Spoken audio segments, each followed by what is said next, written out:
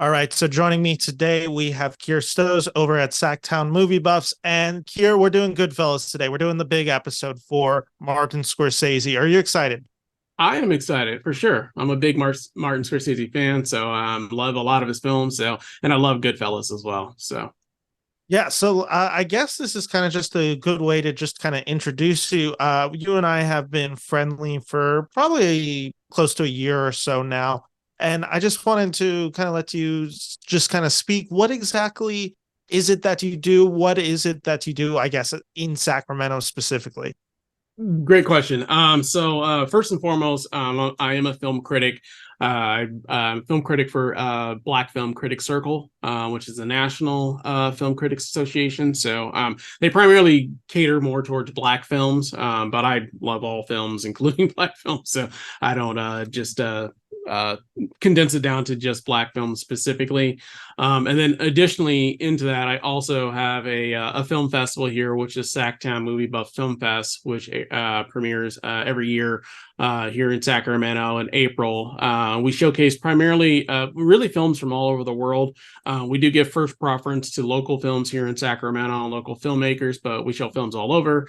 And then finally, I also have a television show, which is Sacktown Movie Buffs TV, which I interview people like yourself, local filmmakers, critics, actors, producers, things of that nature. Yeah, and this one's going to be an exciting one. Like I said, you and I have been friendly for a while. I've been on your show. Your co-host has been on my show before. And so we're talking about the big movie today, Goodfellas, which I just wanted to ask you before we really jump into this movie. Do you remember the first time you saw Goodfellas? Yeah, I was a child. I was a kid when it first came out. I didn't see it when it originally first came out. I might have been like a year or two later. Mm. I can't remember exact age I was. I was want to say late, or maybe early teens, possibly somewhere around there, mid teens, somewhere in that neighborhood when I first saw it. And I do remember the first time seeing it being very like, just kind of taken aback at how some of the scenes that were so graphic in terms of like the shoe shine scene and things of this nature. And it was just a interesting story for sure. Mhm. And do you remember, I guess, also kind of following up on that question, do you remember the first Martin Scorsese movie that you saw? Was it Goodfellas? I don't think so. I think it might have actually been The Color of Money. Mhm. Might have been the first film that I saw his. Probably didn't know at the time that that was a Scorsese film because I was a child again. But I think The Color of Money might have been the first one I saw, and then I obviously went back and saw some of the older films of his. So Yeah, and with that, like, kind of all said, like, us as movie fans, like, we have this relationship with Martin Scorsese. Was this a relationship that developed? Was there a time in your life where you kind of just like, I'm going to focus on watching Martin Scorsese movies? Or when did he kind of become a premier director, I guess, for you? that's a great question. I'll first and foremost say I love Goodfellas. And I kind of gravitate towards a lot of gangster films, if you will. So for me, it was probably around the time that I saw Casino, maybe, and then decided to see like more of his work. Because like I don't know if I knew initially The Color of Money was his film. I didn't know at the time that Cape Fear was actually his film, believe it or not, when the first time I saw that one either. But so it was like kind of over the years, I was like, looking at some of the films that he's directed, and I was like, I like a lot of Scorsese films. I should probably go back and see some of the classics like, Taxi Driver, Raging Bull, and some of the other ones that he's made in the past. So. And I guess before we really jump into Goodfellas, just even talking about just movies in general, what kind of fostered your relationship with love of movies, essentially? For me, my parents were military, so I grew up a lot living on military bases, like overseas. So many times I was living like in Germany and places like that as a kid, and we didn't have cable television in those places. Even when I lived in Japan, like in the late '90s or mid '90s, I'm sorry, early to mid '90s in Japan, no, we didn't have cable television there either on the military base that I was living on, and so for us. a lot of my entertainment was actually through movies. We would go to like the video store and we would rent movies and just watch a lot of different movies. And so that's probably where my first love of movies came from, because we didn't have sitcoms and shows that we watched regularly. We did have some friends that lived back in the States that would occasionally send us like a big like care package of like VHS TV shows and things of that nature. But when we didn't have those, a lot of times we were either going to the theater and watching movies, or we were renting movies at home. Yes, that you know, Blockbuster for me is a big one growing up. Like all just the ability to be able to rent anything, and specifically, I grew up in the age of streaming, so it just really became easy to just see anything and everything. And that's kind of the context of which I saw Goodfellas. I saw this film. I'm gonna guess I was about 13 or 14 when I saw Goodfellas for the first time. Bought it at Target DVD. It was the two-disc DVD, half the movie on one disc, the other half on the second disc. Do not know why they did it, considering this movie is only 2 hours and 25 Yeah, minutes or it's I know it's really weird. Yeah, I don't remember. I think there's a reason for it, but I can't remember what it was off the top of my head. So yeah, and I was trying to remember exactly where the break happens in the movie. If I am correct, I think it happens, and spoiler alert, I think it happens after Tommy DeVito's death in the mm. movie. I'm not positive of that, but I kind of want to say it's right at that kind of downfall point in the movie, but it may be a little earlier. But it's an interesting way to watch the movie. Watched it way too young, didn't fully understand it. Right. Uh, this was a movie that I had always not necessarily struggled with, but after seeing it for that first time, not really vibing with the movie, not really getting into it, I was always a little hesitant to go back into watching Goodfellas. So this was when I watched it this week, and this was probably the first time I had seen it in well over a decade. Oh, really? Okay. Yeah, it is. Like I said, this is my second viewing of Goodfellas, Got and it. I'm really happy to report that like the second viewing worked Well, good. significantly Well, yeah, that's better. great. Yeah, oh, absolutely. Yeah, this movie is pretty genius in a lot of aspects, from the way the editing is done, from the way the music is used, from the performances, specifically the second and third act of this movie, and the third act in particular, I think is maybe some of the best Scorsese's work he has ever done. And I guess let's just kind of start with the broadest of broad questions. Is this your favorite Martin Scorsese movie? Not only is it my favorite Martin Scorsese movie, it's actually one of my favorite movies of all time. It's actually in my top 10 films of all time. Not number one, but it's in my top 10. So I absolutely love this film. Just there's just so much. Every time I watch this film, there's little subtle nuances in it that I pick up, that maybe I didn't see before, didn't notice, or whatever case may be. And I've seen it probably a good 6 or 7 times. Admittedly, it's been maybe a year or two since the last time I've seen it, but it is definitely a film that I'll break out on a whim and watch, just for fun, pretty much. So Yeah, this is such a movie that hit the cultural zeitgeist in a really special way. This is one of Martin Scorsese's more. I think there is a misconception about this movie that it's a huge box office smash hit. It's a $25 million budget, grosses about 50 million, so probably a moderate success. yeah. If like, but what it does to Martin Scorsese's career and what it does to kind of 90s culture of filmmaking Mhm. and just all over. I mean, this film is all over rap music specifically as well. Like it takes over the 90s and it allows then Martin Scorsese to follow up with Cape Fear, which is a really successful film, and then follow up with Casino, which is grosses over $100 million on a similar budget. So that's like this kind of gives Martin Scorsese kind of the premier title after a really difficult 80s for him. And like that 80s period of Martin Scorsese, it's actually maybe my favorite Martin Scorsese A lot of good era. films in that decade. No, there are a lot of really, really good films in that decade that I think maybe were overlooked at the time, but are more respected now, in my opinion. So Yeah, and I like for me, I don't even know if I would necessarily quantify them as they are my favorite Martin Scorsese movies of all time. However, if you just look at the 80s run, which starts with Raging Bull, jumps to King of Comedy, then we hit After Hours, which Jason Alley joined me for that episode, and then we jump to Color of Money, and then Last Temptation of Christ. Like that's a very exciting filmmaker trajectory. And it's also a really tough box office decade for For Martin sure. Scorsese. He's kind of in need of A hit. revival. Yeah, I Like, mean, I would definitely say he's, and not to say that those films weren't good or weren't great or anything of that nature, but for whatever reason, they just didn't resonate with all the audiences at the time in the 80s. They were probably just into different types of films, I'm assuming, during that time period. And they weren't necessarily, if you look at those films that you just described, not all of them were necessarily a little, they were, some of them were a little slower, a little methodical, Color of Money, there's things that happen, but it's maybe a little bit slower. But then, you go into a gangster film where people like Goodfellas, where they're, killing each other, things of this nature, and you can see why that's a hit.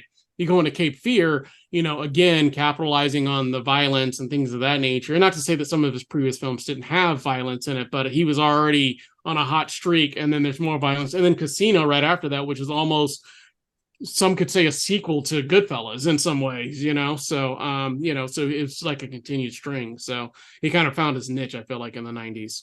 yeah, he hits a nerve with audiences where it's just like, this is kind of what we want to see him doing, or at least I should say to the general audience, because again, it's not that he had an unsuccessful 80s, it was kind of an underwhelming box office performance Right. for him. I mean, you had Raging Bull, which is of course one of the most critically acclaimed films, should have won Best Picture over Ordinary People at 1980. You even have like moderate successes in there, like what's it called? The Color of Money was a moderate success, and it wins Paul Newman his only Best Actor award. Like, there were certainly hits in that decade, and it's also paired off. And I guess it's kind of fair to talk about this movie before we really get into this movie. Goodfellas is, he has Last Temptation of Christ that comes out. This is the film that he directs pre Goodfellas. He directs a short in New York Stories along with, I believe it's Woody Allen and Francis Ford Coppola, but his full feature, it's The Last Temptation of Christ. And obviously, and we talked about in this episode, like, he received death threats. Like, he was so unsure if he'd ever be able to safely work. It just kind of felt like he had tanked his career to some degree with Last Temptation just due to the controversy of it.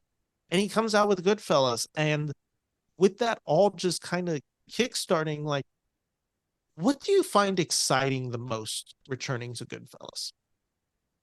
It's definitely a different, going from Last Temptation of Christ to Goodfellas is a completely like 180, just in terms of style and just substance in general, I guess, if you will. For me, and I've always kind of gravitated towards like gangster films. I love the first two Godfathers are two of my favorite films as well.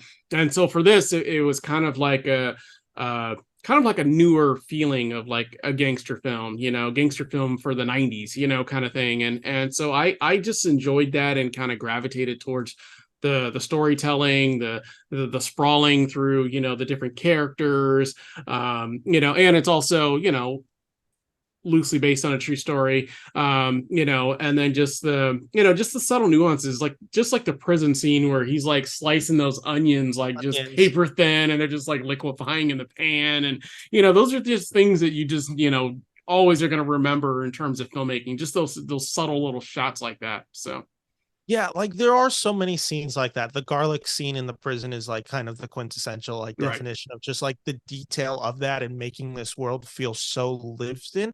I think the thing that excited me the most while watching this film is how it breaks every rule of filmmaking to some degree. Like, this is so much style, and it's so much of it like intertwined with each other. And had this kind of just fallen under different hands, I think this film is kind of a mismatch, uh, hodgepodge, if you will, of just like ideas and characters, nothing really coming together. But it takes the subtleness of Scorsese to kind of get in there and fill the cracks, essentially, and just kind of bring this story together. And that's like, I think we often so look at Martin Scorsese as the success of Goodfellas, which he's so rightfully deserving of. The guy that like brought it to me in this movie, and I just didn't remember being so like uprooted by his performance, it was Ray Liotta as Henry Hill, the kind of the main, not even kind of the main character that we follow. this is Liotta at, I would have to assume, his best performance. I can't think of another Yeah, performance. I yeah, I mean, I think I would agree with you on that as well. And I know he had, obviously, you have De Niro and you have Joe Pesci in there as well, but it was really Ray Liotta's story, if you will. And obviously,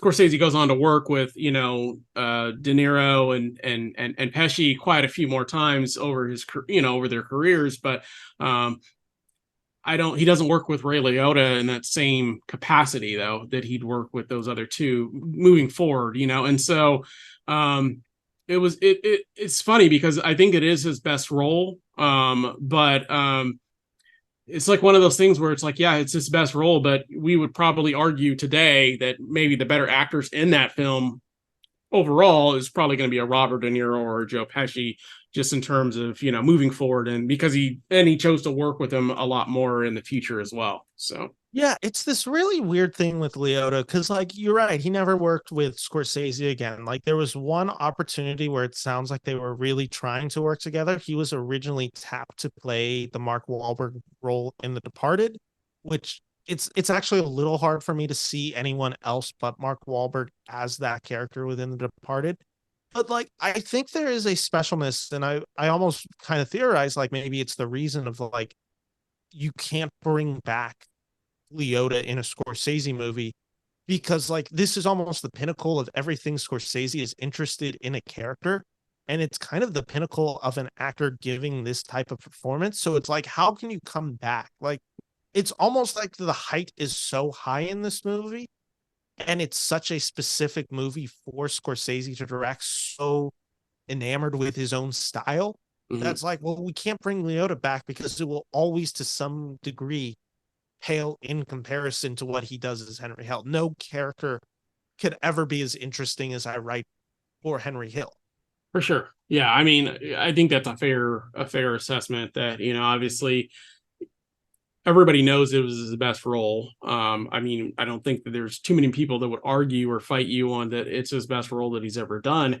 And, to bring him back, unless you have a role that's, tailor made for him that, I don't know, in some kind of way is going to, be equal or as on par as his role as Henry Hill, I just don't think there's a point in doing it really, because, it's going to feel like because everybody's going to watch that film probably, thinking, oh, wow, these guys are teaming up together.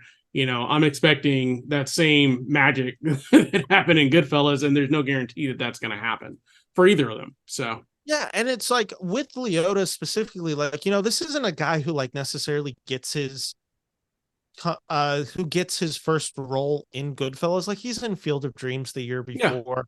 Like this is an actor who had been working. He was in Something Wild in '86. Like, he'd certainly been working, and like, he works post Goodfellas as well with like some really talented directors. He works in Copland, Mhm. uh, under James Mangold. He works in the film Blow. He's opposite Denzel Washington in John Q.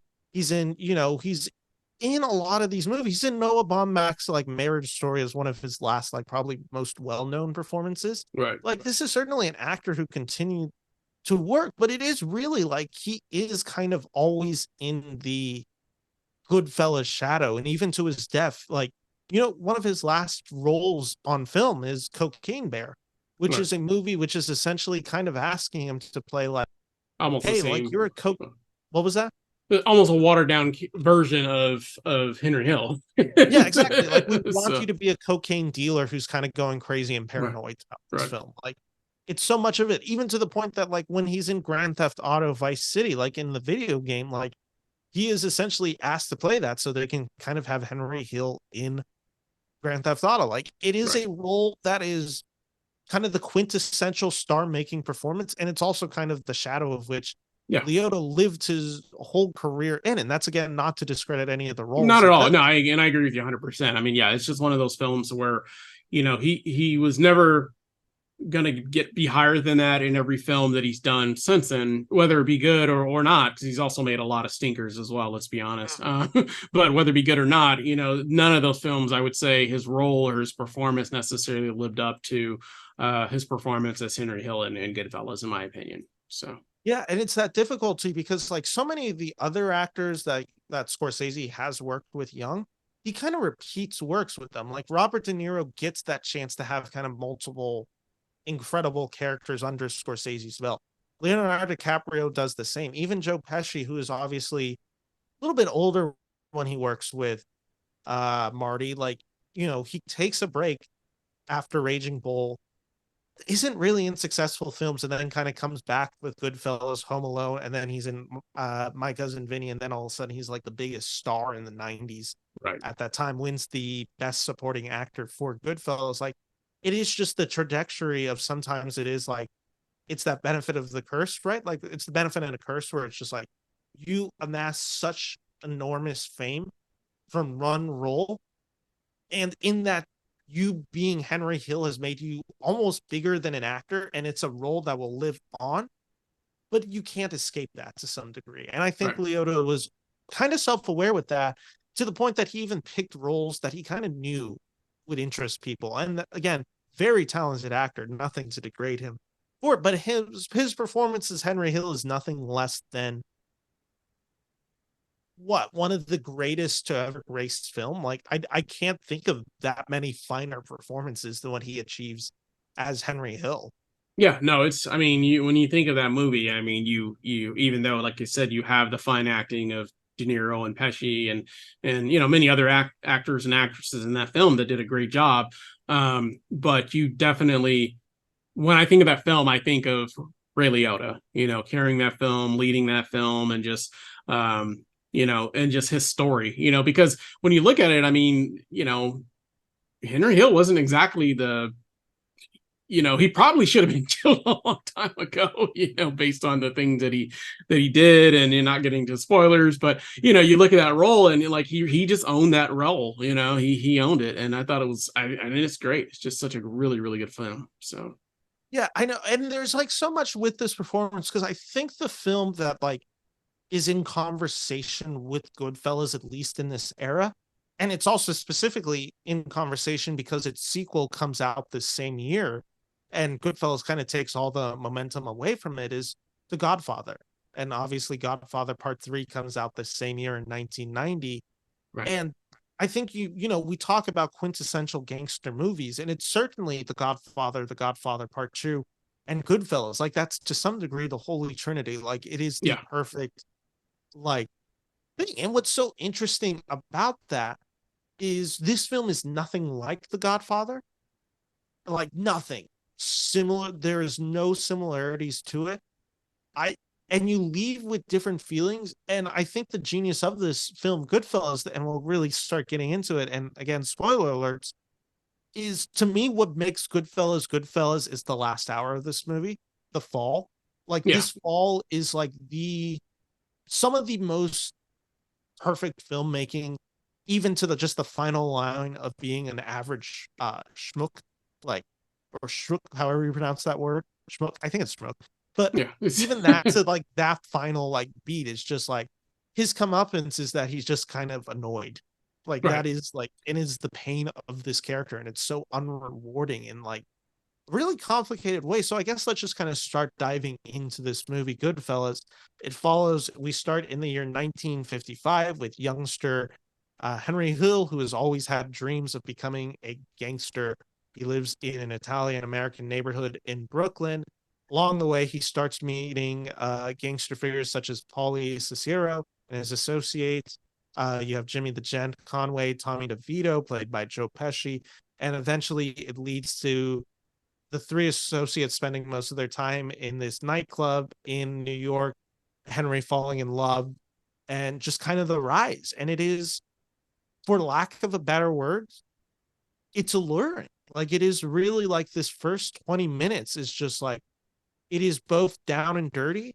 And it's also like you see Henry Hill getting tipped hundreds of dollars. And it's a story of ambition. And it's one that you can relate to, even if you've never wanted to live a life of crime, which I'm sure most of us don't. But like, But there you is, see him, but it's in the very first scenes, you see him getting rewarded for doing criminal activity, and then also for the first rule they teach you is never snitch and things of this nature. And he's getting rewarded for this type of activity. And so, you're like, well, yeah, of course this guy's going to go into the gangster life. He sees the money, he sees the opportunity, why would he change, so. Yeah, it's this like it is this moment where you just kind of start realizing it, like you get it, like you get why someone would not again necessarily fall for this lifestyle, but you get the power that this lifestyle would have over an individual like Henry Hill. He has a line really early on where he's talking about his father, or I believe it's essentially that his father beats him for being late one day, coming home. And he kind of just realizes like that's the price of business to some degree. Like I take this so I can get this later down the line. Right, And that's right. how this guy If I'm going to get, whatever it was at the time, a few $100, it was a 50, so I can't remember. But if I'm going to get whatever it is, a large stack of cash, then hey, I'm going to take a beating for coming home late. But for me, for him, it was probably worth it in that sense. So yeah, yeah. absolutely. And it's just like I think like I said, it's the unbridled ambition of this story that really just like kind of hooks you in. And I mean, this is no we can't go really without talking about Thelma Schoonmaker, who's his editor for this. She's been editing Scorsese's movies basically since the 60s and 70s. Like she's long term still editing. I believe she's even still editing Killers of the Flower Moon. Like what she achieves in this movie is nothing short of spectacular. Like the freeze frames in particular are the ones that really stand out to me in this movie, because that's obviously when you focus on what's going on. Usually the freeze frame happen at moments of these characters' lives where it's just like, hey, you got to focus right here. Like this is a really big moment and it's a really instrumental moment, but it is also larger than life. And it's, paired with this, I believe it's Tony Bennett, is it Rag to Riches, I believe is the name of the song that kind of kickstarts this movie. You have these loud brass instruments going on, and you really just get the scale of which this world is. It is operatic and it is loud and it is chaotic and it's alluring. Yeah, and I agree. 100%. Yeah, it's um like I said, it's a film that pulls you in from that first opening scene, and you're kind of pulled in, and then you're watching the scene, as him as a child, and you're watching him hanging out with these other nefarious type individuals, and you can tell this kid is already on the track to going to being part of this mobster, because like you said, all he ever wanted to do was be a gangster, and so that's exactly what he's going to do, and so you're waiting to see, okay, what happens next. So yeah. Yeah, and there is this element also with the movie that I find so fascinating, which is also just the ugliness is very much on display in this movie, even at the beginning when he is a young boy, like joining the mafia, essentially. Like there are really ugly scenes of this movie where he's asked to like do really disgusting stuff, or he witnesses murders, or it's just like really serious crimes. And it is like, I think there's this kind of over glamorization of Goodfellas, maybe largely due to the zeitgeist of which this movie exists, where it's just like, I think we think of this movie being so fun until we get to the fall. And once the fall hits, it hits so hard and you're really coming off the high. This movie throughout is really ugly in really just sinister ways. I mean, to the point, like there's a sequence like just really early on in the movie where just like the way like there's a body that's killed, right? And I'm forgetting which gangster of the movie is killed, but like they have to bury him, and then like 6 months later they have to That move was him. the shoe shine guy. Yeah. Yeah. And they have Yeah, to they like have to uproot the body because I think they were building condominiums or something was being built there, so they had to remove the body so it wouldn't be discovered. Yeah, like you said, 6 months later, which you already know that's and he didn't even want to take part in the initial, he wasn't the one that killed him, and he didn't want to take part in any of that, but he was kind of, because you're part of that life, you got to do essentially whatever they tell you, and you have to go along with whatever happens, and obviously Joe Pesci's character in there is quite a hothead, and and he's basically, Henry Hill is basically having to go along with whatever happens based on just being part of that association. So Yeah, no, it's I guess it's kind of the moment to start talking Pesci, who's probably the most critically acclaimed actor to come out of this movie. One, because he wins the best supporting actor role, and it also is like kind of true the quintessential, and I keep using this word, but so I do apologize, but it is kind of the role that defines Pesci for the next 8 years in Hollywood. Like it, there's always this element when I watch Pesci in Scorsese movies, and I also just recently watched Casino. Like, there's this element of it where it's just like you'll never meet a meaner motherfucker Right. than like this guy. Like, this guy's the scariest person. Like, you don't want to get on the wrong Yeah. side of him. There's always kind of this build up and mystique with it. And then it's always like he walks through the door and it's Joe Pesci, 5'3", in a over large suit and really tall hair. Like, there Right. is kind of this ridiculous juxtaposition, almost played for comedy at times, where it's just like Joe Pesci is the least intimidating person, like, I guess, really in these movies, and yet he's also the most intimidating individual in these movies. He's so scary, and it kind of Yeah. goes back to the first scene with him where he's just like, he's at the bar with Ray Liotta, and they have the famous do I amuse you? Am I a clown for your amusement? Like, the whole like, Right. you talk, oh no, what I'm blanking on the actual like famous line from this. Oh, you think I'm funny? Yeah, am I a clown to you? Yeah, exactly. Do I amuse you? Yeah. Yeah, no, it's a wonderful performance from Pesci, and it's a performance that I also was just thinking of, which is like, who does that performance now? Like, Pesci is such a singularly devoted actor and so picky in the types of roles that he chose that I'm just like, I don't know who replaces Pesci. Like, literally, like, if Goodfellas is made today, who's matching the energy of a Joe Pesci? Yeah, it'd be And I hard couldn't to. come up with a name. Yeah, it would be hard to think of anybody specifically, and because he owns and embodies that role, and it's almost the funny thing about it is, and you mentioned Casino.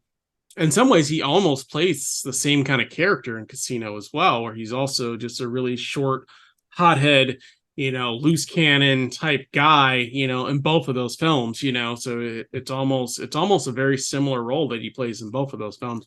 He's got a little bit more emotion maybe in Casino. I think only because he has like a child and he goes home and cooks some breakfast or whatever he does. But both of those films, he's kind of a similar character in those films, in some ways, the short guy that carries a big stick, in a sense. So That's the kind of the perfect way to describe him. And I guess, like, we could break down each plot point in Goodfellas. It's probably, at this point, there's no reason to really do it because Goodfellas has been talked to death, but I did really want to focus on a few ideas on this. One of them, before we really jump into some categories, or for lack of a better word, categories, is like, the performance that actually really knocked me off my ass was Lorraine Bracco, who plays the wife Karen Hill in this movie.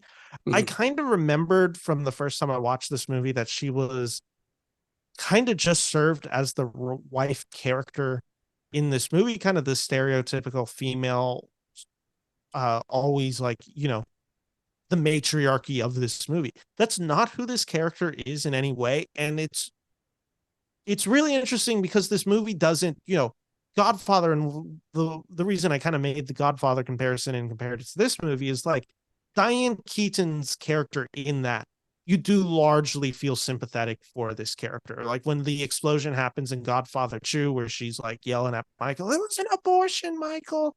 Like, Right. all of that. Like, there is a level of sympathy that you feel for this character and her, like, want to escape from the clutches of Michael Corleone.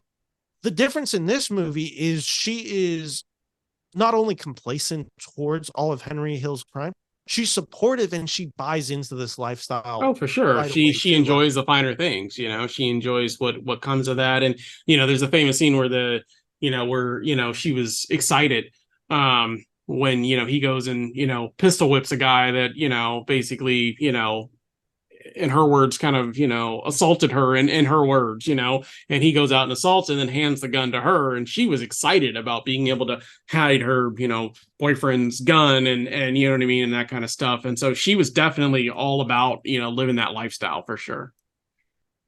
Yeah, it is just kind of a tour de force performance from her because, like, and it's very specific in the film because we're following Henry Hill as the movie goes along. He's our primary narrative. And then all of a sudden, without warning, she jumps in this movie. And like she literally takes over the narration role I for remember sections. that. Yeah, absolutely. Yeah. Like it's such a startling turn of events, and it's just kind of capitalizes again on the frenetic energy of Goodfellas. And it's really frenetic, but it's never frenetic without style. It is all in service of something bigger. And it's eventually it just kind of leads to this cocaine moment of the film. But I guess let's just kind of focus it up a little bit again. And let's just talk about I'm trying to think if we should continue on with performances for a second, but I guess let's talk about the big performance that we haven't talked about. Where does this De Niro performance rank for you in terms of De Niro? It's a very strong performance, in my opinion, but he is a supporting character, and obviously, when you consider if Ray Liotta is the main cast, then you have Joe Pesci and you have Robert De Niro. We could all argue that Joe Pesci was obviously the better performance since he actually won the Oscar for in that film. But I mean, Robert De Niro's Robert De Niro. I mean, he's almost good in almost every role that he's been in. But I think that the problem we have with De Niro in this role is that he was the Godfather too. You know what I mean? That was his defining moment. The whole split between past and present between him and Al Pacino, both playing younger versions of the Godfathers. You know what I mean? Or the Godfather and the son. You know what I mean? But they're playing younger versions of these guys, and I think the two of them, they own that role, they embody that role. And then obviously, he had other roles that were even bigger with like Cape Fear and things of this nature but he's been in so many Scorsese films, Raging Bull and Taxi Driver, and you know what I mean? So he had already had his moment to shine. I think he purposely took a step back in this role, and so because he didn't need to shine and he gave credence to let, Pesci do his thing, and he gave credence to let Ray Liotta do his thing. And so, I think his role was great in there, but it is going to be overpowered by Pesci's wild behavior, erratic behavior, and it's going to be overpowered by Ray Liotta, who, is the lead character in the role. And most of the story is about him, just in my opinion. So, Yeah, no, I think you hit it on the head where it's just like De Niro's best aspect of this movie also means that he is the least flashy performance in this movie, for especially sure. compared to Ray Liotta, Joe Pesci, Lorraine Bracco. Like from my understanding, he was offered the role of Henry Hill, and he said, Exactly. "I want to play James Conway. Yeah. I want to play this older character." And like De Niro's this freak method actor, so he's on set in this movie. He's calling Henry Hill constantly, like, how did he smoke cigarettes? How did he walk into a room? Like all these little character details. And it's the master of subtlety of this performance where there are moments where this performance gets to get loud, specifically in the scene where Tommy DeVito is murdered and he's in the phone booth and he breaks the phone and he just kind of has it. But there's so many other of these, like, just times in this movie where he is essentially not only the kind of father figure to Liotta to some degree, he's also just he's De Niro, and he's extremely unsettling in certain scenes. Like I think of the scene where Karen Hill goes to James and is essentially like, like Henry's just like locked in his own room. He will not come out. Like he doesn't even know I'm here. And he gives her money. And then he's like, oh, go grab dresses from down there. And like he's pointing. And the way he does that is so unnerving.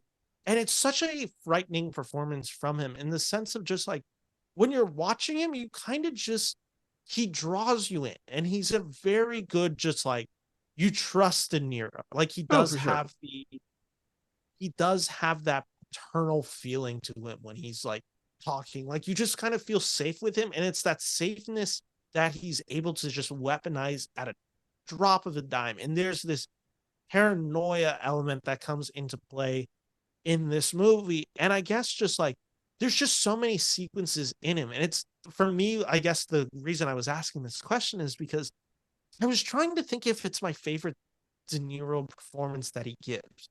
And I don't think it is. And I also don't know if anyone but De Niro could have done this role. And I think it is just the case of he gets ignored for it because he has to play it subtle. And this his performance is the only one that really matches a grounded reality of this world. Everyone else is either so over the top or caricatures. He is so locked into I am a real person. Right. But he also specifically, like you indicated, took a step back to play that role, whereas like you said, he could have played the Henry Hill. So I think he purposely took a step back, but he also gave credibility to the film itself because, if you had just only had Ray Liotta, who was relatively unknown for the most part to mass audiences before this film, Joe Pesci maybe to some degree same, but then you throw in De Niro, and that's what as in a gangster movie, I think that gives credibility to the film itself. It's going to get audiences to go out and see it, in my opinion, because they're going to remember him from all the other roles that he's played in the past. They're going to remember from The Taxi Driver, and they're going to remember him from the Godfather 2 and that sort of thing. And I think that actually kind of helps the film in some ways, just having his character in there, and he does a great job in there. But I can't say necessarily it's my favorite role of his because he wasn't in a starring role, of course. So, and it's like so funny that you even mentioned that because like De Niro takes top billing in this movie. Like it is kind of the insistent, like he will be because he's the known actor. He was the known entity at that time. So yeah, he's absolutely. the guy essentially. Like we talk about Scorsese having a rough 80s. The opposite is true for De Niro. De Niro has like an incredible 80s where he is really the number one actor and to a degree movie star. Like he's hitting, like he's in every type of movie from Midnight Run to Raging Bull to The Untouchables. Like he is really just doing movies and making movies that are extremely and even The Untouchables, he's a gangster in there as well. So he had already played so many gangster roles where he was kind of like the lead gangster that, for him to take a step back, I feel like, that just shows the credibility of his acting, that he doesn't have to be that guy, you know what I mean? And he can still make a significant impact in a reduced role. And of course he does that a lot now that he's older. He's in a lot of more reduced roles, where he's kind of like the older wise guy or whatever, older, respected guy in whatever role he plays in. But even in some of the newer films that are coming out where he's like the older guy, but he hasn't been a star, the main character in a film in quite some years. I feel like normally he's kind of like letting someone else take the lead, and that's fine because I think that works for him, because it like I said, it just gives credibility to the film when you just have a guy like Robert De Niro in the film, because he's made so many great films. I mean, you look at the career between him, Pesci, and Ray Liotta. There's no question who's had the most prestige as an actor. It's definitely going to be him overall.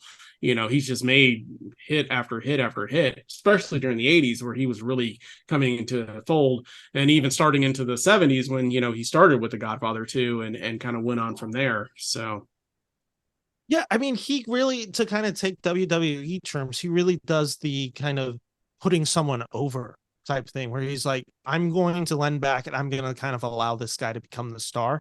And I mean, he kind of does it twice in this movie because he allows Henry Hill, Ray Liotta to do it, and he also kind of allows Pesci to do it. And obviously Pesci and him have a longer friendship and career together, but I mean, it is really just like I am in support of everybody, and yet at the same time, those eccentricities that he brings to the character really bring the story alive. Kierre, I guess my question for you now moving forward as we kind of just keep diving into this movie, let's just talk about the scenes in this movie. Like, what are some of your favorite scenes in the movies? Like, I guess we can kind of go back and forth for a second, but like, what would you say are just some of the scenes that when you think Goodfellas, these are the scenes you think of? I mean, like we kind of touched on some of them already. I really enjoy the prison scene, just how pampered they were in that. Obviously there's the my clown or do I amuse you scene. I thought that was really funny.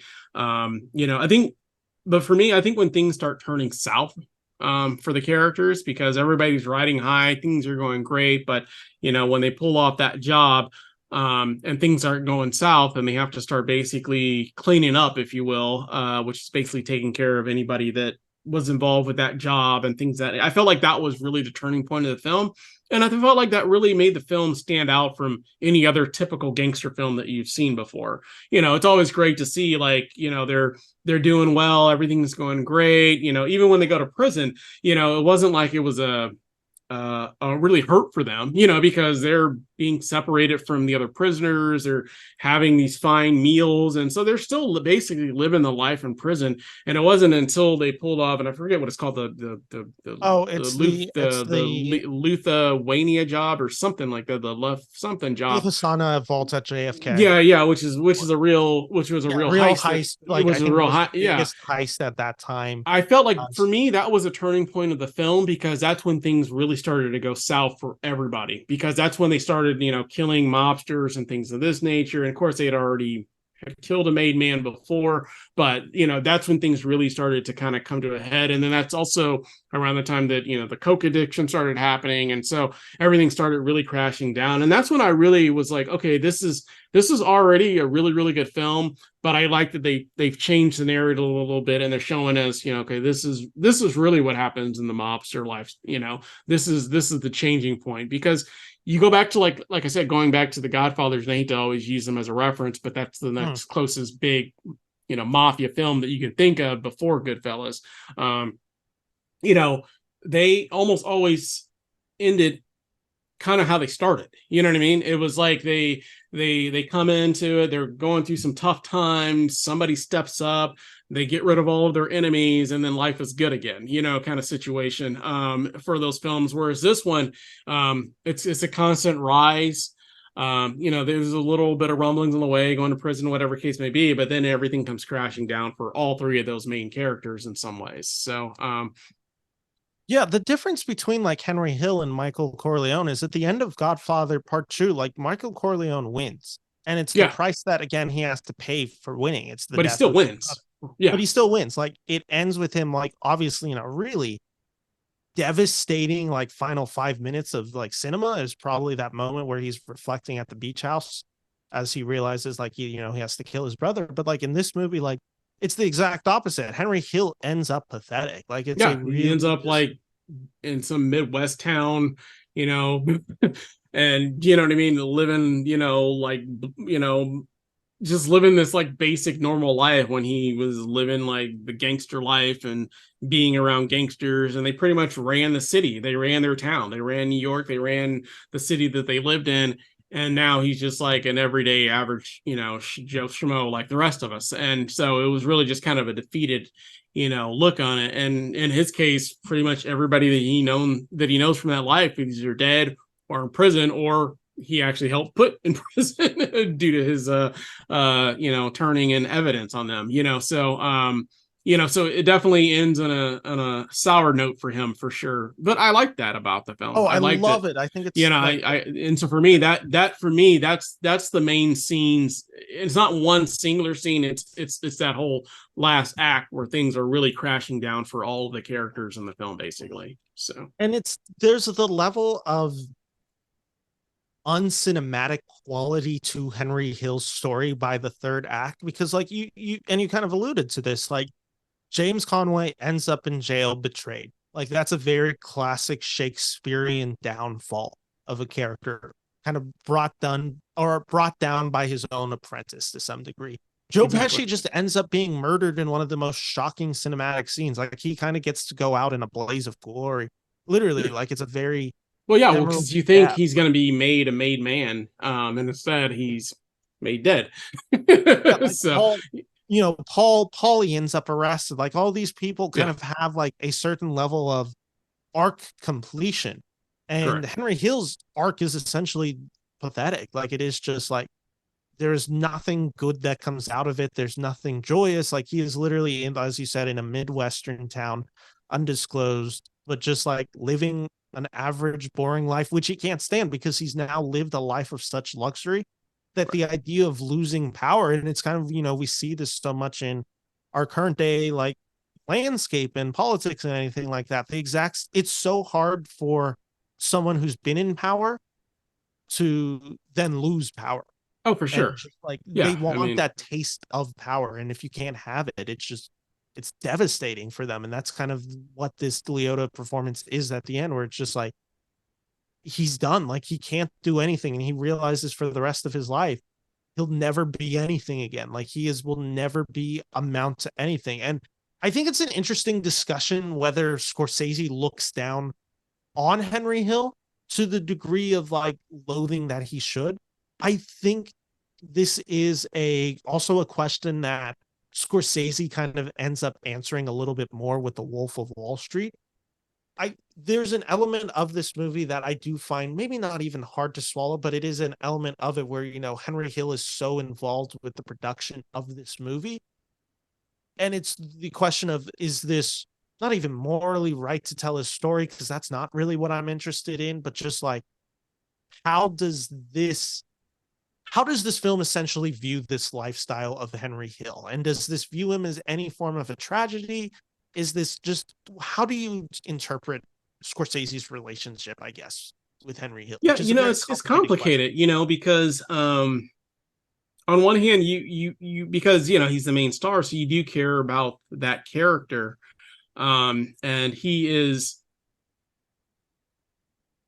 got his own problems. Don't get me wrong, but I think when you compare him to his other two, comrades, he's probably the most sympathetic of those three, only because you never actually really see him murder people in the film. He's not a cold-blooded killer. He's not going out killing people. He's not a hothead like the other ones are in some capacity.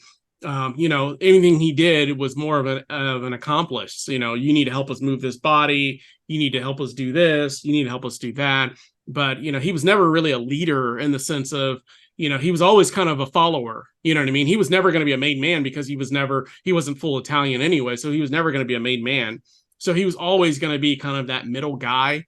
So it's really kind of like that middle guy's story, the middleman story, the guy that, goes along with everything. Yeah, he wants to be a gangster. Yeah, he wants to make money. But, he's not the one out, leading, heists. He's not the one out killing people. The only thing he really did was maybe sell drugs and more so use drugs, really. But you do have a little more sympathy for him, only because of the sense he is the main star, and he's not as bad in some ways as all the other characters. The only thing that I think most people would really fault him for is, at the end of the day, he did become a snitch and basically helped put some of his friends in prison who, took care of him all those years and supported him and brought him in and brought him into the mob and, gave him a job and things of this nature. And they always told him, you never rat or you never snitch on your friends. And he ends up ultimately doing just that. So, yeah, I think, I didn't mean to cut you off. No, you're good. Yeah. The element of this movie, and it's the reason I brought up Wolf of Wall Street, is to me, I feel Scorsese's disdain in Jordan Belfort, the main character of Wall Street. Like, even to the degree of when he puts Jordan in the film, it's kind of like, look at this loser. Like, there's such a rattiness to this guy in his appearance and just even the way he kind of thinks he himself is cool. Like, I kind of feel like the film mocking him.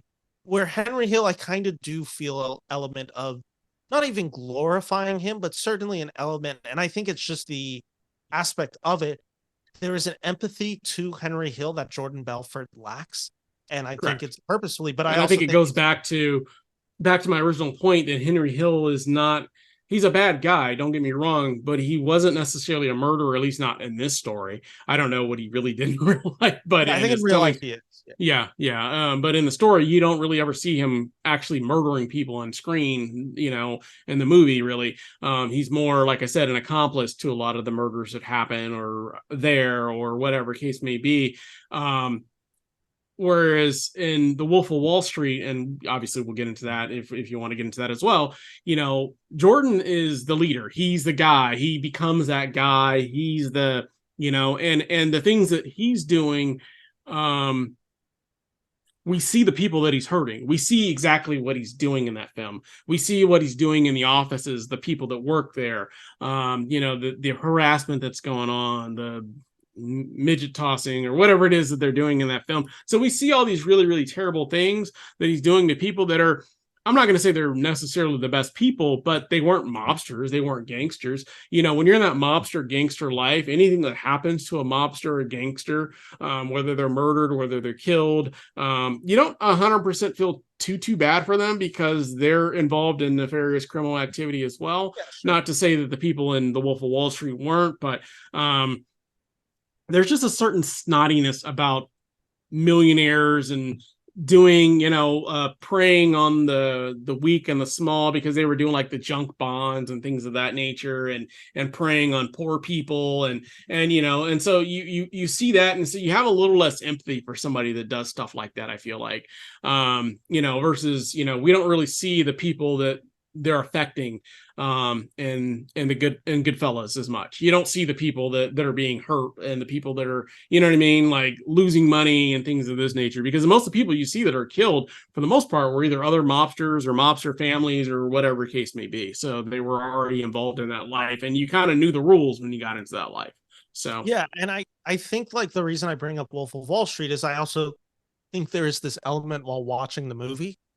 Like the film is so structurally similar to Goodfellas, like it's impossible to watch that movie and not think of Goodfellas, from everything from the editing, music use, slow frames, pausing on characters, the way the narration is used, all that, like it's all there. And I almost see that also as a response of Martin Scorsese hearing the criticism of, does this film glorify it?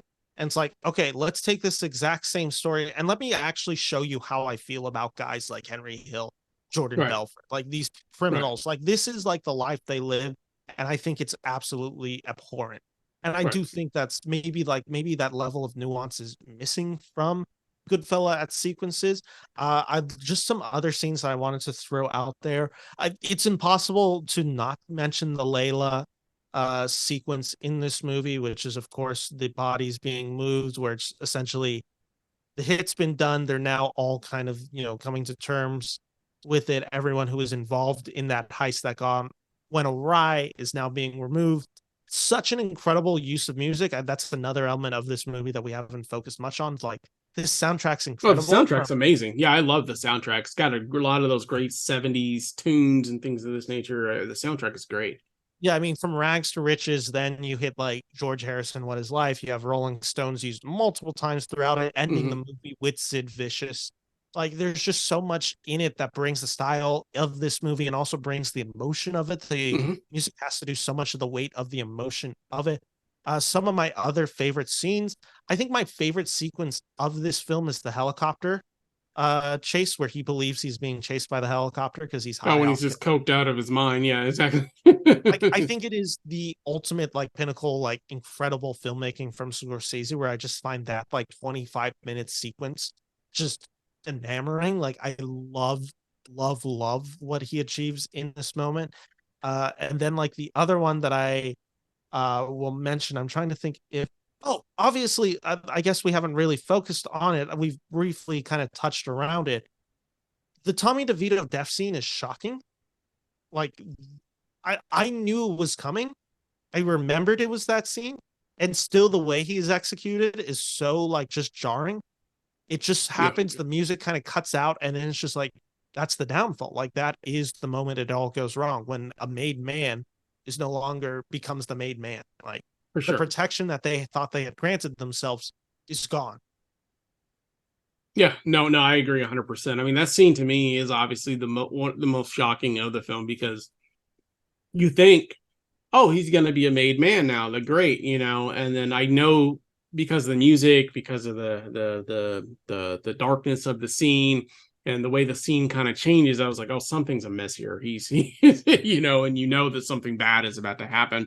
But I wasn't expecting that initially the first time that I saw it. And like you said, even watching it back, sometimes I even forgot, you know what I mean? Like maybe the second or third time that I watch it, that was that scene. I'm like, oh, that's right. This is where that happens. So Yeah, and it's such an incredible Pesci moment where we all talk about the "Am I a clown? And I amuse you" sequence.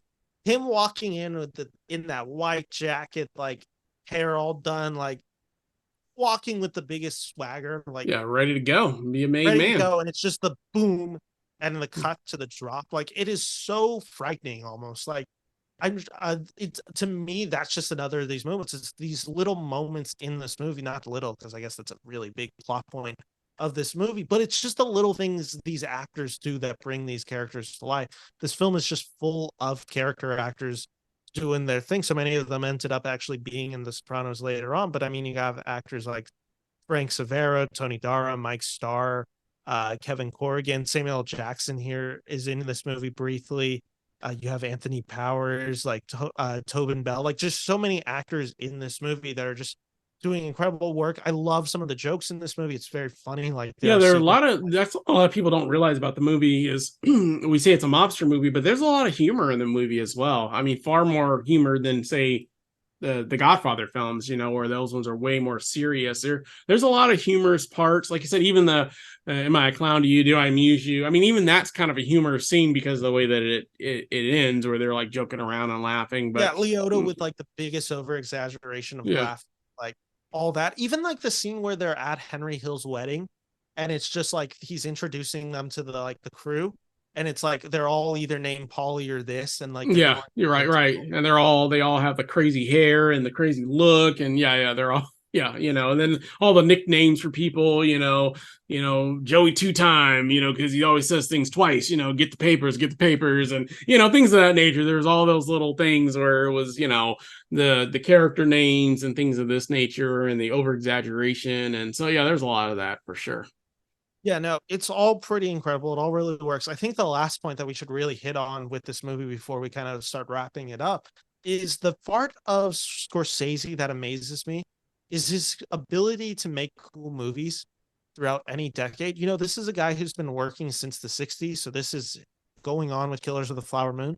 This is his 7th decade that he's worked in, which is just astonishing. That's a feat that it's really hard to compare to almost any other director that's out there. I mean, obviously you have the Spielbergs and some of the other people that have been directing for quite a few times, but there's very few directors that can span that many decades of filmmaking and still make, films that people want to see. So, and it's even rarer for those directors who like have that longevity to be so enamored with the current pop culture.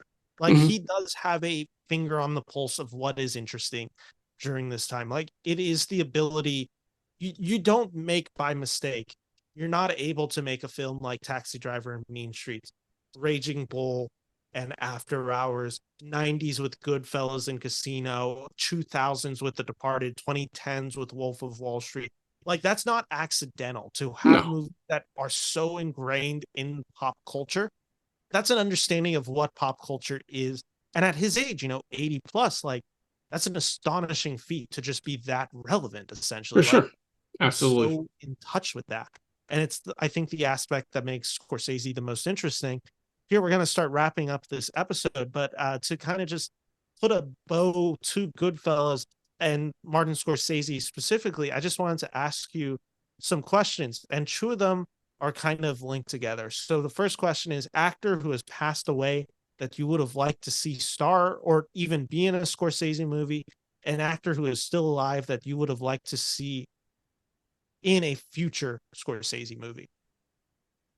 Yeah, that's a great question. I was thinking about that a little bit beforehand because we kind of had a brief discussion. It's really, really tough to say because he's worked with so many of my favorite actors already. So that's really, really tough to say. But as far as actors that have passed away, that's a really, really tough one. I don't know that I can actually say that there's one actor that I say that he should have necessarily worked with. But, I mean,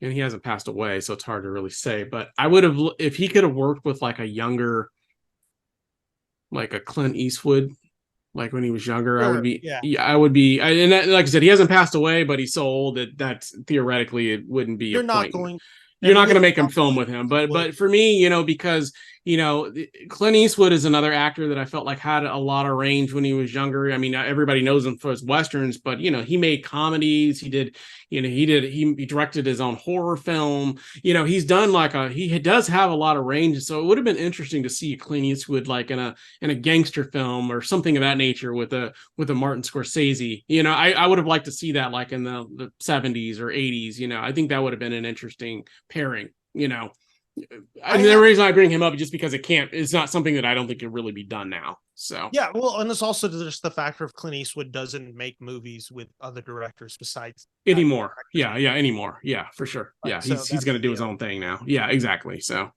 I said Heath Ledger. I just was like, I thought the logic was like Heath Ledger could have had the kind of run that he and Leo had. Like it did just kind of feel like there were years where Leo and Heath Ledger could have kind of been not necessarily interchangeable, but certainly it felt like they were auditioning for similar type of roles. Yeah, I mean, I like Heath Ledger a lot, but I mean, obviously the culmination of Heath Ledger's acting ability, unfortunately, was his last film.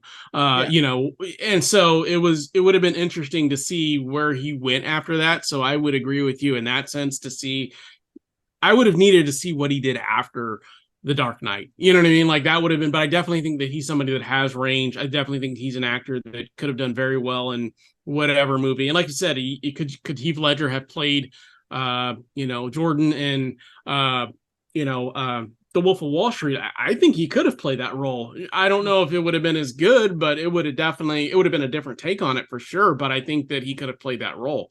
I could see him playing that role, and I could see him making it different.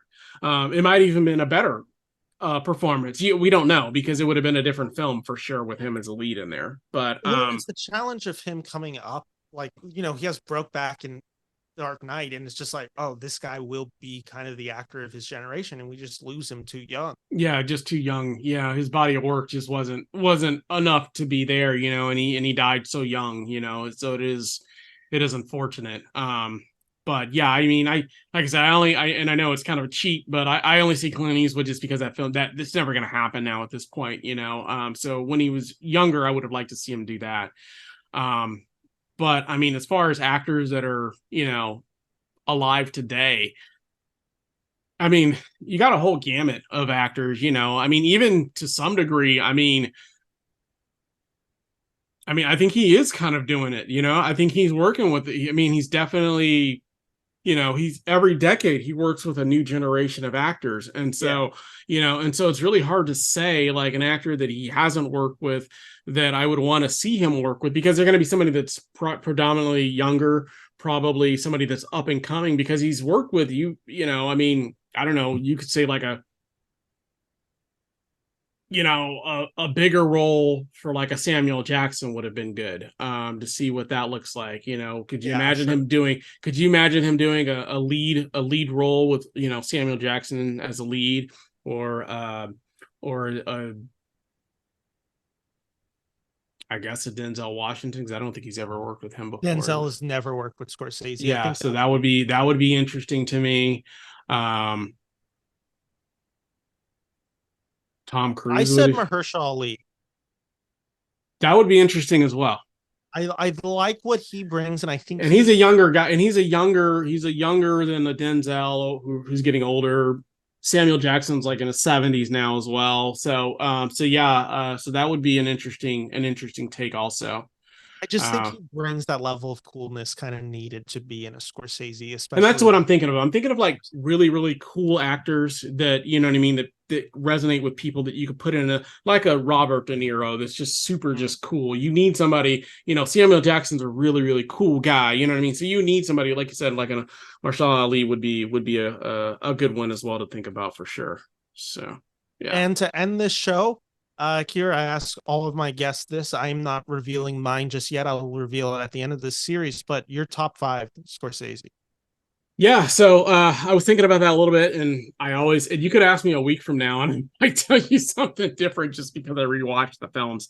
So for me, number 5 would be Taxi Driver. Absolutely, just love that one. I think number 4 it doesn't get as much love as I think as some of the other films, but I was always a big fan of The Color of Money. So that's just me. Yeah. I really like The Color of Money quite a bit. So that's number 4 for me. Uh, 3 would probably be Cape Fear, because it's a horror film, and I just like that aspect of it. I know it's a remake, but I love that one quite a bit.